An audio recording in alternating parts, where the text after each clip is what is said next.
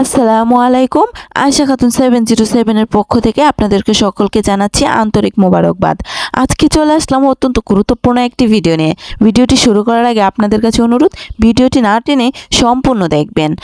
আর আমার চ্যানেলে যারা নতুন অবশ্যই সাবস্ক্রাইব করবেন। তবে চলুন প্রিয় দিনী ভাই বোনেরা, আজকের ভিডিওটি হচ্ছে আমাদের মহানবী সাল্লাল্লাহু আলাইহি সাল্লামকে নিয়ে।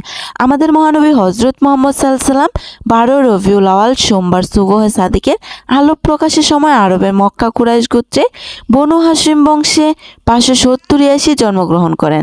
তার বাবার নাম আব্দুল্লাহ ও মাতার নাম আমিনা। মহানবী জন্মের 6 মাস পূর্বে তার বাবা আব্দুল্লাহ ইন্তেকাল করেন। 6 বছর বয়সে মহানবী সাল্লাল্লাহু আলাইহি সাল্লাম তার মাতাকেও হারান। অতঃপর দাদা আব্দুল মুত্তালিব তাকে লালন পালন করেন। 8 বছর বয়সে তিনি দাদাকেও হারান। বাবা মা ও দাদাকে হারিয়ে মহানবী সাল্লাল্লাহু আলাইহি সাল্লাম চাচা আব্দুল মুত্তালিফের ঘরে বড় হতে থাকেন। চাচার বয়সে ব্যবসা সহযোগিতা করেন। ব্যবসায় একবার যাত্রাপথে বসরা নামক স্থানে কাফেলা সহ আবু তালিব তাঁবু ফালেন। সেখানে বুহাইরা নামক এক খ্রিস্টান পাদ্রী গির্জার বাইরে এসে কাফেলা মুফাসসিরদের মেহমানদারি করান। এমন সময় তিনি 12 বছর বয়সী মুহাম্মদ সাল্লাল্লাহু আলাইহি সাল্লামকে দেখে তাকে শেষ নবী হিসেবে চিহ্নিত করেন। এর 3 বছর পর হারবুল ফুজ্জার নামক যুদ্ধ হয়। এ যুদ্ধের পর অসহায় ও দুর্গত মানুষের কল্যাণে 584 চাচা জুবাইর রাদিয়াল্লাহু সহ কয়েকজন যুবককে নিয়ে হিলফুল ফুজল নামক একটি জাতিসংঘ প্রতিষ্ঠান করেন। আমাদের মহানবী সাল্লাল্লাহু আলাইহি সাল্লাম উঠতি বয়সে বকরি চড়াতেন। তিনি ব্যবসার কাজে ব্যাপক সফলতা লাভ করেন।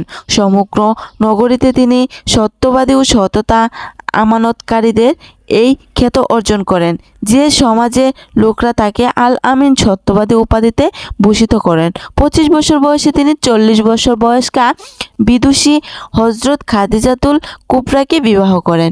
নবুয়ত প্রাপ্ত হন 40 বছর বয়সে।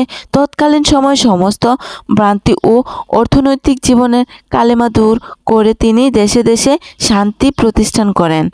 বিশ্ব ব্যবস্থাকে আল্লাহর আদেশ নির্দেশের মাধ্যমে প্রতিষ্ঠা করার জন্য প্রায় শতাধিকবার জিহাদে অংশগ্রহণ করেন। 630-86-তে তিনি 10,000 সাহাবীর বিশাল বাহিনী নিয়ে মক্কা বিজয় করেন। প্রথমে তিনি কাবাঘরে প্রবেশ করে সমস্ত মূর্তি অপসারণ করেন। মুসলিম বাহিনীর বীরত্ব ও শাসন শৌকতে মুগ্ধ হয়ে সামগ্রী মক্কাবাসী ইসলাম গ্রহণ করেন। তারপর 631-86 11400 সাহাবীকে নিয়ে কাবা ঘরে হজ সম্পাদন করেন এবং জীবনে অন্তিম ভাষণ প্রদান করেন। আর এই ভাষণই ইতিহাসের বিদায় হজের ভাষণ নামে পরিচিত। বিদায় হজ থেকে ফিরে এসে মহানবী সাল্লাল্লাহু আলাইহি সাল্লাম 11 হিজরি 12 রবিউল আউয়াল 63 বছর বয়সে ইন্তেকাল করেন। ইন্না লিল্লাহি ওয়া ইন্না ইলাইহি রাজিউন। আমাদের মহানবী সাল্লাল্লাহু আলাইহি সাল্লাম আমাদের জীবনে দ্বীনের গাইড রূপে আল্লাহর কিতাব ও কোরআন ও শাস্ত্রীয় আদর্শ সুন্নাহ হিসেবে রেখে গেছেন। আজ এ পর্যন্তই। দেখা হবে পরবর্তী নতুন কোনো আমলের ভিডিও নিয়ে। ততক্ষণে সুস্থ থাকেন, ভালো থাকেন। আল্লাহ হাফেজ।